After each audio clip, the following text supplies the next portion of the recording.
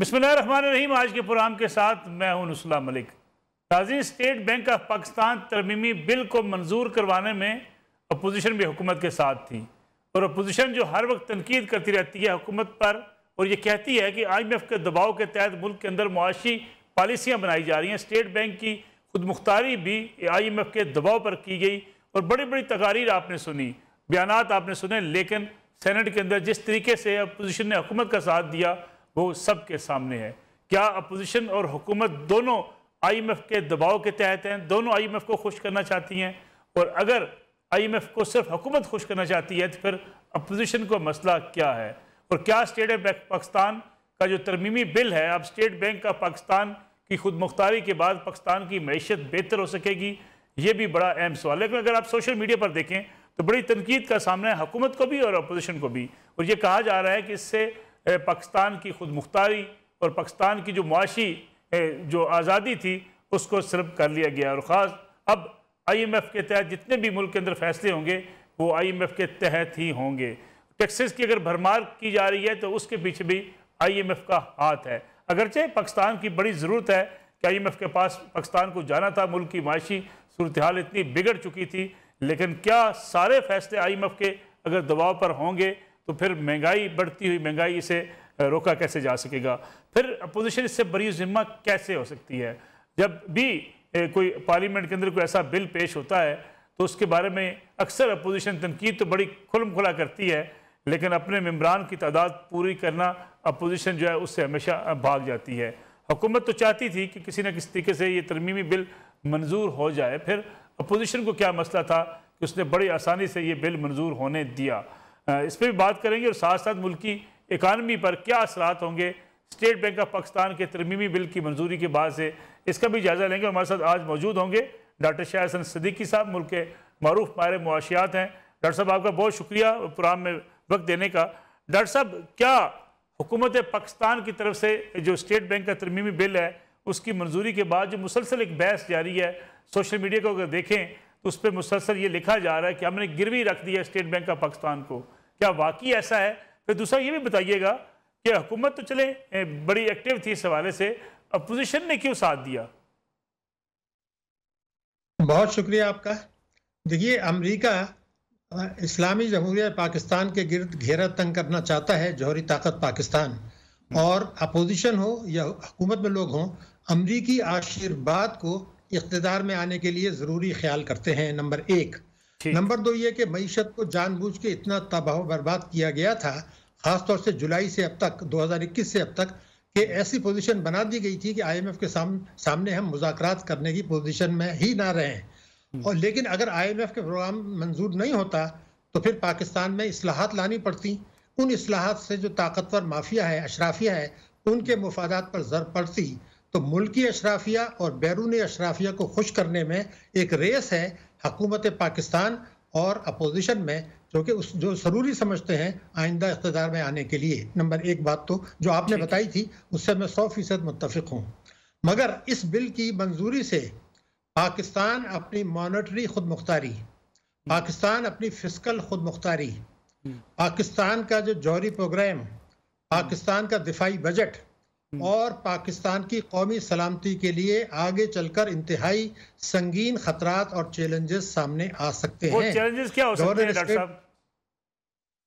देखिए, जब आपका दिफाई बजट अगर उन्होंने कंट्रोल कर लिया, अगर आपके कहते हैं जी डेवलपमेंट एक्सपेंडिचर को आप कम करें और हर चीज़ में उनका फैसला हो कि आप क्या करें और क्या नहीं करें। मिसाल के तौर पर अभी जो बड़ी अहम बात है वो ये है कि जी वो आप स्टेट बैंक से हुकूमत कर्जे नहीं ले सकती।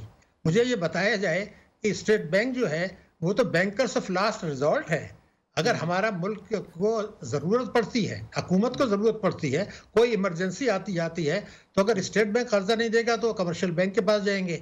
अब एक साजिश के तहत पहले ही कमर्शियल बैंक, जो बड़े बड़े कमर्शियल बैंक्स हैं, वो आपने गैर मुल्कियों को हवाले कर दिए। हबीब बैंक गैर मुल्कियों के पास है, यूनाइटेड बैंक गैर मुल्कियों के पास है, निजी शोबे का बहुत बड़ा हिस्सा है, तो वो पहले ही कार्टेल बना चुके हैं। मुझे याद है कि 1965 में जब पाकिस्तान की भारत से जंग हुई थी तो जो हमारी मार्केटिंग कंपनीज थी ऑयल की, उन्होंने कहा हम तो इंपोर्ट नहीं करेंगे, हम तो जंग ही नहीं लड़ सकते थे। लेकिन डॉक्टर साहब कमर्शियल बैंकों से कर्ज लेने में हुकूमत वो अपनी मर्जी से शरह सूद मुकर्रर कर सकेंगे या हुकूमत एक कंपटीशन में देखेगी किससे बेहतर जो है वो कर्ज मिल सकता है? कमर्शियल बैंकों की तादाद बहुत ज़्यादा है, हुकूमत के लिए ये भी मौका हो सकता है एक बेहतर? कतई नहीं, क्योंकि वो कार्टेल बन गया है। गवर्नर स्टेट बैंक भी कह चुके हैं माजी में, फाइनेंस मिनिस्टर भी कह चुके हैं कि इन बैंकों ने भी एक कार्टेल बना लिया है। और उन्होंने कार्टेल ये बनाया कि डिपॉजिटर को शरह मुनाफा कम करते चले जाएं, और एक और कार्टेल बनाए। आपको हैरानगी होगी कि वो पहले ही हुकूमत को कर्जे दे रहे हैं। मैं आपको 2 फिगर दे दूं तो पोजीशन वाज़ेह हो जाएगी। 2008 में तमाम जो तिजारती बैंक हैं उन्होंने जो कर्जे दिए थे हुकूमत को वो थे 1000 अरब के, और जो कर्जे दिए थे निजी शोबे को वो 3000 अरब के थे, यानी 3 गुना। आज कार्टेल बनाने के बाद एक साजिश के तहत हुकूमत को कर्जे तमाम बैंकों ने, तिजारती बैंकों ने दिए हैं 13,000 अरब रुपया, और जो निजी शोबे को दिए वो 8,000 अरब। दुनिया का कोई एक मुल्क बता दें जो तिजारती बैंक्स, कमर्शियल बैंक्स हुकूमत को कर्जे दे रहे हैं, हुकूमत में इन्वेस्टमेंट कर रहे हैं। तो आप तो इन्वेस्टमेंट बैंक नहीं है। तो ये खेल तो पहले से शुरू है। उसकी वजह से मईशत की शरह नमू हमारी सुस्त रहती है। आप कर्जे ही नहीं दे रहे हैं निजी शोबे को, और हुकूमत को कर्जे दे रहे हैं, कंफर्ट जोन में बैठ गए हैं। और अब स्टेट बैंक ने कहा है कि जी ये भी फॉरेन बैंक्स भी कह रहे हैं कि जी वो भी हम क्रेडिट रिस्क में लेंगे, हुकूमत को जो कर्जे हैं वो भी रिस्क हैं। तो इससे तो आपकी शरह नमू सुस्त हो रही है। बैंक्स अपना असल काम छोड़ चुके हैं। हमारी शरह नमू जो सुस्त हो रही है और बेरोजगारी बढ़ रही है, उसकी एक वजह यही है कि बैंकिंग सेक्टर ने कार्टेल बना दिया है। और मुझे याद है कि पहले पाकिस्तान बनने के बाद ये फैसला हुआ था, और कायदे आज़म के ज़माने में हुआ था, कि फॉरेन बैंक्स को 3 से ज़्यादा ब्रांचेस पाकिस्तान में इजाज़त नहीं थी, एक चिटागोंग में और 2 यहाँ पर सीपोर्ट की वजह से। अब हमने बड़ी बड़ी बैंकें भी उनको दे दी, उन्होंने कार्टेल बना लिया, नेशनल बैंक भी उनके साथ मिल गया।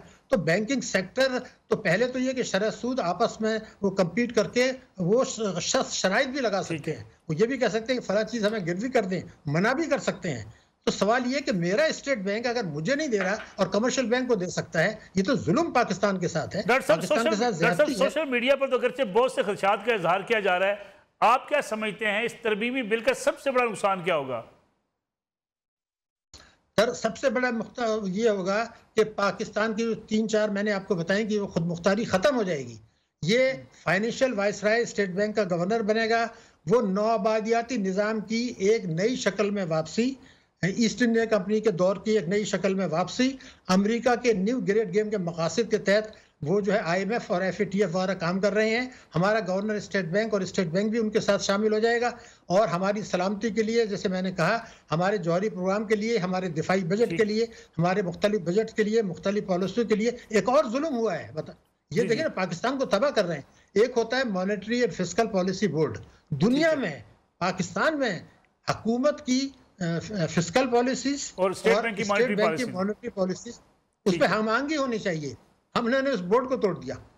तो जब दोनों अपोजिट डायरेक्शन में काम करेंगे तो मईशत तो तबाह होगी ना।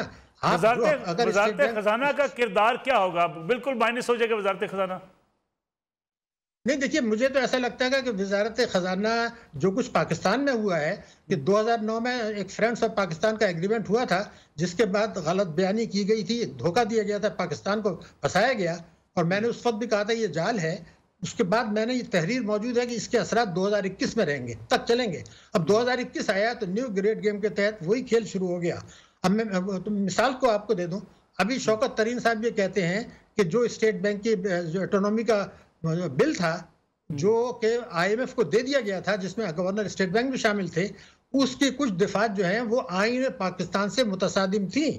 तो अगर ऐसा है तो क्या हुकूमत पाकिस्तान में इतनी हिम्मत है कि ऑटोनॉमी देने से पहले गवर्नर स्टेट बैंक का एहतसाब करें और कि जनाब ये जो आपने IMF को बिल दे दिया कि जी हम ये मंजूर करेंगे और वो आइन से मुतसादिम है, वो पाकिस्तान के मुफाद कहाँ देख रहे हैं? मैं तो ये बात सवाल पैदा हो रहा है कि किसी की हिम्मत है कि उनके खिलाफ आज एक्शन ले। अब तरीन साहब को जब कन्फ्रंट किया गया तो उन्होंने ये कहा कि जनाब आइंदा अगर IMF ने स्टेट बैंक काबू से बाहर निकला तो हम इस पॉलिसी को बदल देंगे, हम इसको बिल को तरमीम को चेंज कर देंगे। अरे भाई, मैं आपको लिख के देता हूं कि ये आइंदा भी IMF के पास जाएंगे, ये आखिरी प्रोग्राम नहीं है, ये 24वीं मरतबा फिर जाएंगे, फिर वही IMF की शराइत आएंगी। तो आपकी हिम्मत क्या होगी कि आज आप बिल पास होने से पहले गवर्नर से नहीं पूछ रहे कि आपने जानबूझ के जो मईशत को तबाह किया, 21 महीने तक IMF के प्रोग्राम को मुअत्तल रखा, पाकिस्तान की मईशत को इतना कमजोर कर दिया कि रुपया गिरता चला जा रहा है। और तजारती खसारा पाकिस्तान की तारीख में सबसे ज्यादा, इंपोर्ट्स पाकिस्तान की तारीख में सबसे ज्यादा, रुपया रिजर्व $1 अरब से ज्यादा गिर गए, हालांकि हमें मुख्तलिफ जगह से पैसे मिले। यानी क्राइसिस की सिचुएशन आ गई है। तो ये तो पाकिस्तान को लाके फंसाया गया है। इसमें स्टेट बैंक का भी किरदार है, मिनिस्ट्री ऑफ फाइनेंस का भी किरदार है, और ये किस मनसूबाबंदी के तहत हमें यहाँ तक लेकर आ गए। अब मुझे याद है, मैं आपको इजाजत दें तो बता दूं, इशरत साहब जो 6 साल तक गवर्नर स्टेट बैंक रहे, उन्होंने उस वक्त कहा था 15 साल पहले कि जब हुकूमत पाकिस्तान का ताल्लुक है मैं खुद मुख्तार हूँ, जब IMF का मामला आता है तो मेरी खुद मुख्तारी खत्म। अब आप उसके बाद मजीद खुद मुख्तारी दे रहे हैं, वहां के लोग लाके लगा रहे हैं, डिप्टी गवर्नर वहां से ला रहे हैं, और आजकल न्यू ग्रेड गेम के तहत अमेरिका का नया खेल शुरू है। जब से जो है अफगानिस्तान में सूरत हाल तब्दील हुई है, खित्ते में गैर मुस्तहकम करना, पाकिस्तान को गैर मुस्तहकम करना, पाकिस्तान के अवाम और हुकूमत में एतमाद का बुरान पैदा, ये सारे मकासद एक है न्यू ग्रेड गेम, जिसके तहत हमारी हुकूमत, वजारत खजाना, स्टेट बैंक और दूसरे इदारों का बड़ा अहम किरदार है। ये कोऑर्डिनेशन है। अपोजिशन भी उसमें काम कर रही है, हुकूमत भी कर रही है, क्योंकि इख्तिदार में आने के लिए उनकी आशीर्वाद की जरूरत रहती है, उसके बगैर हो नहीं सकता। अवाम को अगर आप बेदार करते हैं, जैसे इस प्रोग्राम के तहत, ये कौमी खिदमत है, अवाम को पता चलना चाहिए कि उनके साथ हो क्या रहा है। डॉक्टर साहब अगर आप इजाजत दें, छोटी सी कमर्शियल ब्रेक प्रोग्राम में शामिल करें, वापस आते हैं।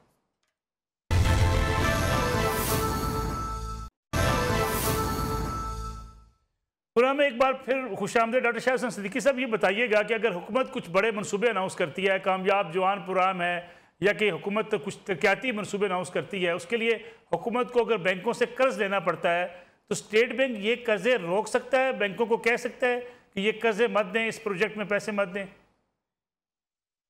देखिए, वो गाइडलाइंस ज़रूर दे सकता है, इंटरेस्ट रेट के मुतालिक और शराइत के मुतालिक को उनकी काउंसलिंग भी कर सकता है।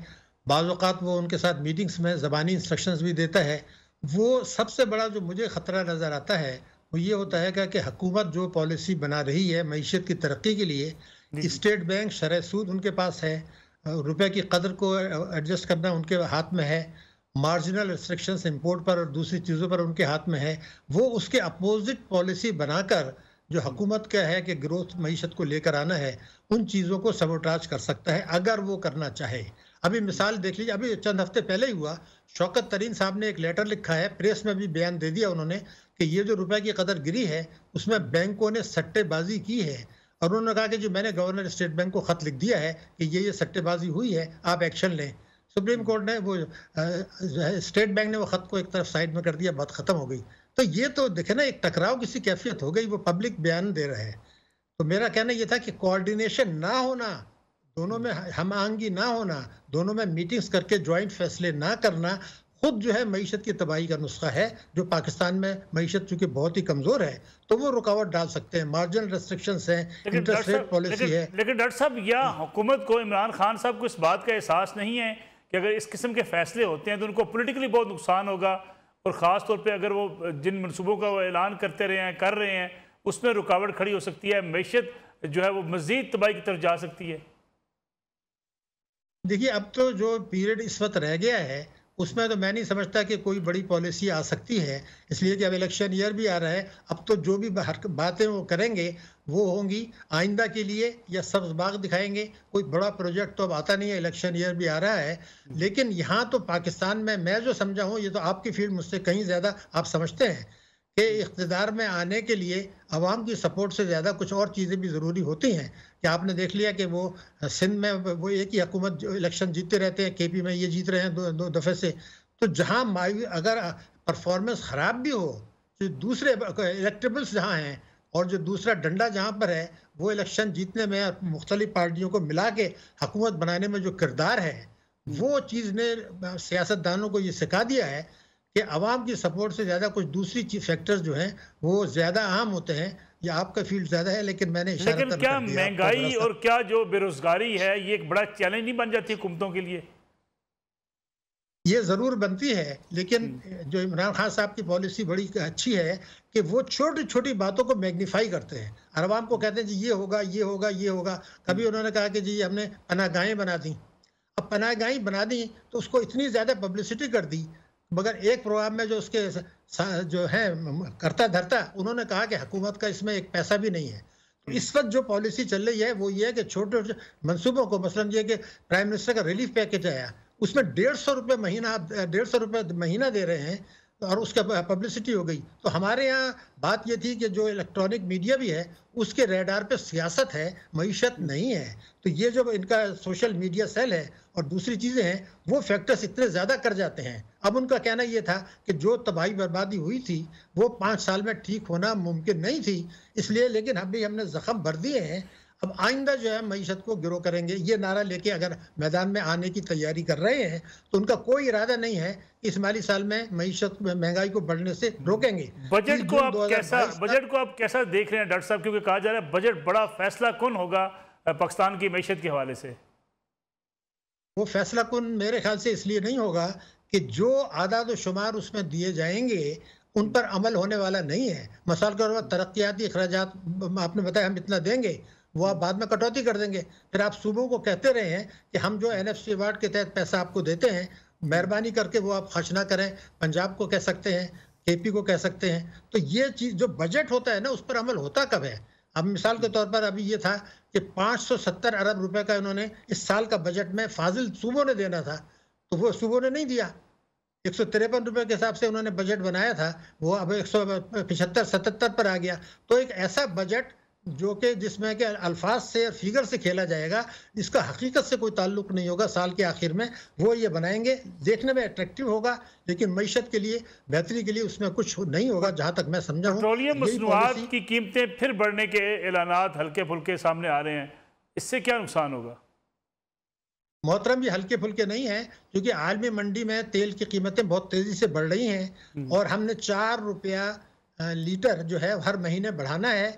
आलमी मंडी में जो तेल की कीमतें बढ़ेंगी उसका इम्पैक्ट भी आवाम पे जाना है। तो दालें, सब्जियां, गोश्त, ट्रांसपोर्ट के किराए, महंगाई के बढ़ने में 30 जून 2020 तक बड़ा अहम किरदार रहेगा पेट्रोलियम मसनूआत का। और यही है कि कोरोना वायरस है जो नई शक्ल में आ रहा है, अब चूंकि वैक्सीनेशन वगैरह हो चुकी है तो दुनिया में थिंकिंग यही है कि इतना बड़ा इम्पैक्ट नहीं आएगा और जो तेल की कीमतें बढ़ेंगी और वो आवाम को पास ऑन होती रहेंगी। ये बिल्कुल वाज़ेह तौर पर इस वक्त नज़र आ रहा है। और महंगाई बढ़ाने में, आवाम को कुचलने में, ट्रांसपोर्ट के किराए में, इन तमाम चीज़ों में पेट्रोलियम मसनूआत की कीमतें कहाँ तक जा सकती हैं डॉक्टर साहब?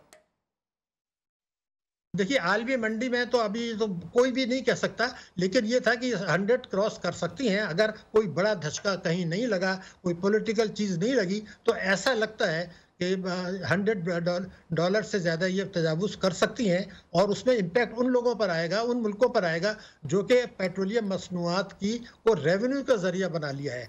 कुछ कौमें, हुकूमतें ये करती हैं कि वो सब्सिडी देके आवाम के ऊपर बोझ नहीं डालती, लेकिन हमारे यहाँ तो जो है रिवाज यही है कि GST बढ़ा दिया जाता है, पेट्रोलियम लेवी बढ़ा दिया जाता है और कुछ बिजली के नर्ख साथ में बढ़ा दिए जाते हैं। तो हमारा खेल दूसरा है, मगर इशारा यही होता है कि चूंकि पिछली हुकूमतें वो कर गई हैं, अब हमारे पास कोई चारा नहीं है। तो 30 जून 2020 तक पाकिस्तान में महंगाई कम होने का कतई कोई इम्कान नहीं है और हुकूमत को ये बात पता है कि वो कंट्रोल नहीं कर सकेंगे, महंगाई बढ़ती रहेगी। और एक और बात मैं बता दूं, इस साल 30 जून 2022 को मईशत की शरह नमू जो पिछले साल के मुकाबले में कम रहेगी। ये भी डेफिनेट है कि हमारा ग्रोथ रेट नीचे जाएगा, अफरात ज़र ऊंचा जाएगा।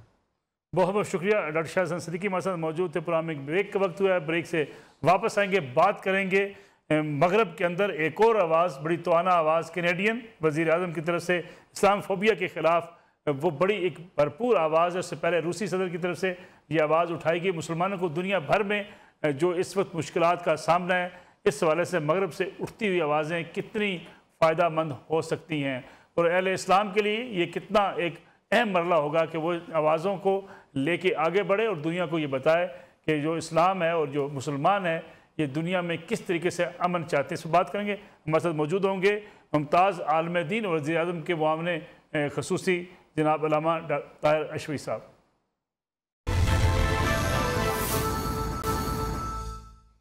प्रोग्राम एक बार फिर खुशामद हमारे साथ मौजूद हैं पाकिस्तान उलमा कौंसिल के चेयरमैन अल्लामा ताहिर अशवी साहब। आप साहब बहुत बहुत शुक्रिया आपका प्रोग्राम में वक्त देने का। ये बताइएगा कि रूसी सदर के बाद कैनेडियन वज़ीर आज़म ने भी इस्लामोफोबिया के ख़िलाफ़ आवाज़ बुलंद कर दी है। मगरब से ये आवाज़ें तो उठ रही हैं, लेकिन बहैसियत मुसलमान हम कितने ज़िम्मेदार हैं ये तासर पैदा करने में दुनिया भर में, जिसकी वजह से इस्लामोफोबिया पैदा हो रहा है? बिस्मिल्लाहिर्रहमानिर्रहीम नहमदुहु व नुसल्ली व नुसल्लिमु अला रसूलिल करीम। सबसे पहले तो मैं आपका भी शुक्रिया अदा करता हूँ और मैं समझता हूँ कि जो कनाडा के प्राइम मिनिस्टर ने और रूस के सदर ने इस हवाले से बयानात दिए और कनाडा ने तो अपना एक नुमाइंदा भी इस्लामिक फोबिया पर जो है नामजद कर दिया, उन पर उसका भी शुक्रिया अदा करते हैं। और बिलखुसूस वज़ीर आज़म पाकिस्तान मोहतरम जनाब इमरान खान साहब का, जिन्होंने रोज़ अव्वल से हमेशा उनके अक़वाम मुत्तहिदा देख लें, OIC में देख लें, हर जगह उन्होंने इस मामले पर नामूस रिसालत पर और इस्लामिक फोबिया पर आवाज़ बुलंद की है और अब उसके नताइज आना शुरू हो गए हैं। जहाँ तक ये बात है कि हम मुसलमान इसके कितने ज़िम्मेदार हैं, तो मैं समझता हूँ कि हम इससे बरी जुम्मा नहीं हो सकते। हमारे किरदार, हमारे आमाल, हमारे गुफ्तार, उसकी तरफ भी लोग देखते हैं और बाज़ आमाल ऐसे हैं कि जिनकी वजह से बिलाशुबा हमें अपनी इस्लाह की ज़रूरत है। अगरचे जो इंतहा पसंद और दहशतगर्द गिरोह हैं या जमातें हैं या अफराद हैं, उनका मुसलमानों की अक्सरियत से या दीन इस्लाम से कोई ताल्लुक नहीं है, लेकिन बहरहाल वो अपने आप को इस्लाम से मंसूब करते हैं, मुसलमानों से मंसूब करते हैं।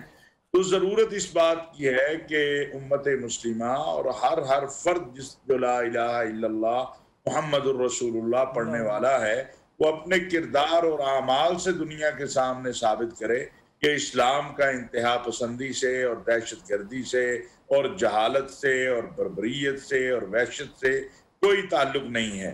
आप देखिए इमरान खान साहब ने जो ये रहमतुल्लिल आलमीन अथॉरिटी कायम की है और इससे पहले पाकिस्तान ने पैगाम पाकिस्तान की सूरत में एक मुत्तफिका दस्तावेज जो दी है, अगर खाली मैं आज आपसे मलिक साहब एक बात कहूं कि अगर पैगाम पाकिस्तान को ही अहसन अंदाज से, बेहतर अंदाज से दुनिया इस्लाम के अंदर और आलमी दुनिया के अंदर फैला दिया जाए तो इससे बहरहाल ये तासुर काफ़ी हद तक हम ख़त्म करने में कामयाब हो जाएंगे।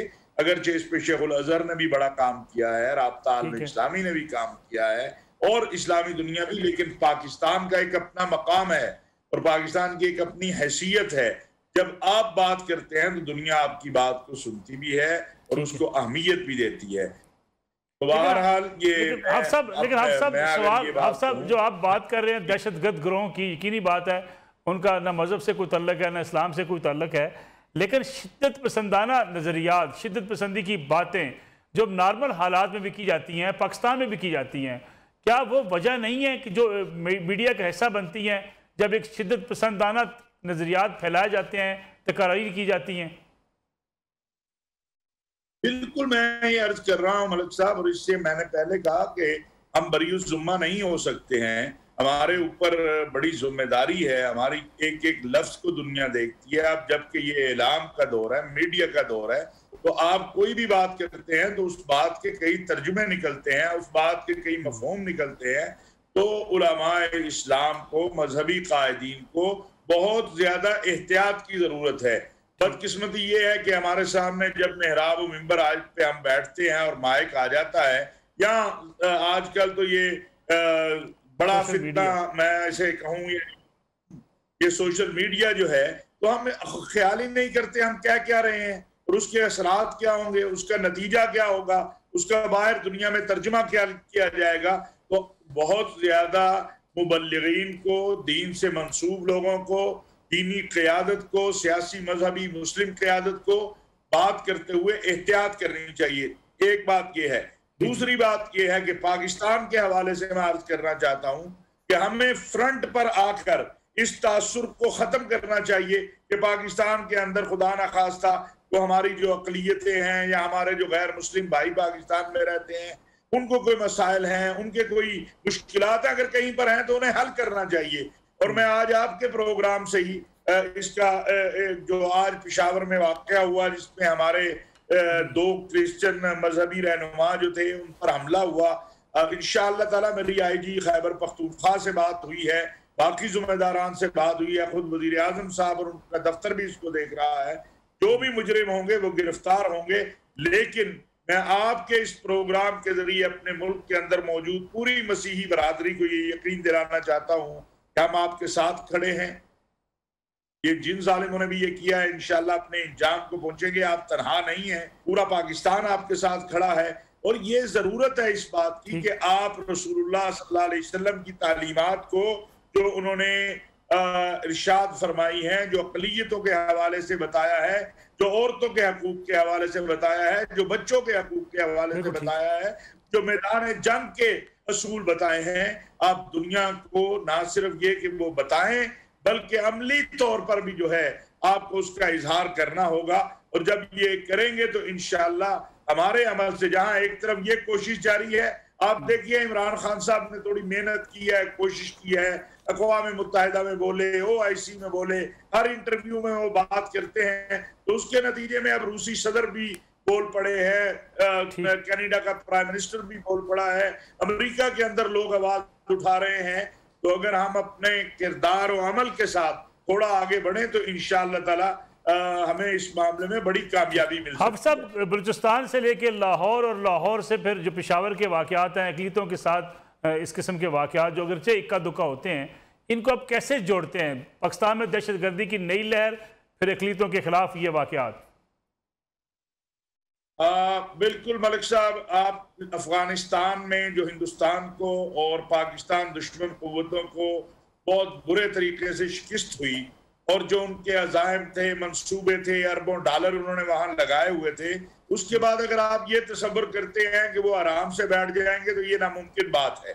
आप देखिए, मैं सलाम पेश करता हूँ अपनी फौज के जवानों को, अपने सलामती के इदारों को, जवानों को, जिस तरह बलूचिस्तान में वो कबायली इलाकों के अंदर मुकाबला कर रहे हैं इस दहशतगर्दी का। फिर जो लाहौर में अनारकली के अंदर वहशत और दहशत फैलाने की कोशिश की गई, आज ये जो पेशावर में हुआ, बाकी जगह, तो मैं समझता हूं कि इस वक्त कौम को मुत्तहिद होने की जरूरत है। इस वक्त हमें ये इस बात का एहसास करना होगा कि हमने बड़ी मुश्किल से अमन लिया है। 80,000 जानें कुर्बान हुई हैं, हमारी फौज, हमारी मस्जिदें, हमारे स्कूल, हमारे इमाम बारगाहें, हमारे चर्च, सड़कें, पुलिस अफसरान, फौज के जवान, सलामती, हम सब बड़ा खून बहा है। तो हमें बाहमी इत्तेहाद से एहतियात भी करनी है और इन साजिशों को नाकाम भी बनाना है। लेकिन हम सब जो अफगानिस्तान के अंदर से कुछ चीज लोग ऑपरेट हो रहे हैं, पाकिस्तान में दहशतगर्दी के वाक़यात में मुलवस हो सकते हैं, तालिबान से हमारी जो तवक्कुआत थी तालिबान हुकूमत से, उसको ठेस क्यों पहुंची है? देखिए मलिक साहब, ये बहुत बड़ा एक 20 साल का नेटवर्क वहां बनाया गया है। हमें उम्मीद है इंशाअल्लाह ताला, और अभी हमारे कौमी सलामती के मुशीर जो डॉक्टर मोईद यूसुफ साहब तशरीफ ले गए थे, आज ही वापस आए हैं। हमें उम्मीद है, और जो वहां से खबरें आ रही हैं वो अच्छी हैं। मैं समझता हूं कि अफगान तालिबान की हत्तल मुमकिन कोशिश होगी कि वो अपनी सरजमीन को पाकिस्तान और किसी भी मुल्क के खिलाफ इस्तेमाल ना होने दें। लेकिन अगर हम ये कहें कि 100% अभी इस वक्त वो इन चीजों को कंट्रोल कर पाएंगे, तो मैं समझता हूं उन्हें वक्त चाहिए, उन्हें वक्त लगेगा। ये 20 साल से वहां एक जो पौधा या साजिश या गन, जो भी आप कह लें, वहां है।